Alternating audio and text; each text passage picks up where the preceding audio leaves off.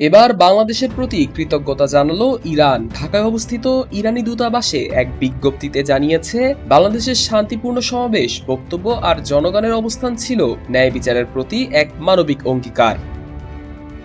২৬ June ঢাকার Iran দূতাবাস এক বিবৃতিতে জানিয়েছে, বাংলাদেশের জনগণ, সরকার এবং বিভিন্ন প্রতিষ্ঠান যেভাবে ইসরায়েলি আগ্রাসনের বিরুদ্ধে অবস্থান নিয়েছে তা প্রশংসাযোগ্য।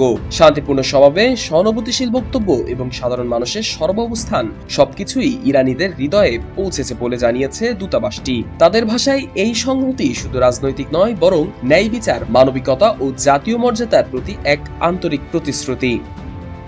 ইরানি জনগণের প্রতিরোধকে তারা বলছে একটি জাতীয় ইচ্ছাশক্তির প্রতিচ্ছবি, যা স্বাধীনতার পক্ষে এবং আগ্রাসনের বিরুদ্ধে। বিবৃতির শেষ অংশে তারা আরো বলেন, এই সময়টায় জাতিগুলোর পারস্পরিক সংহতি আগ্রাসনের বিরুদ্ধে প্রতিরোধ গড়ার সবচেয়ে শক্তিশালী বার্তা।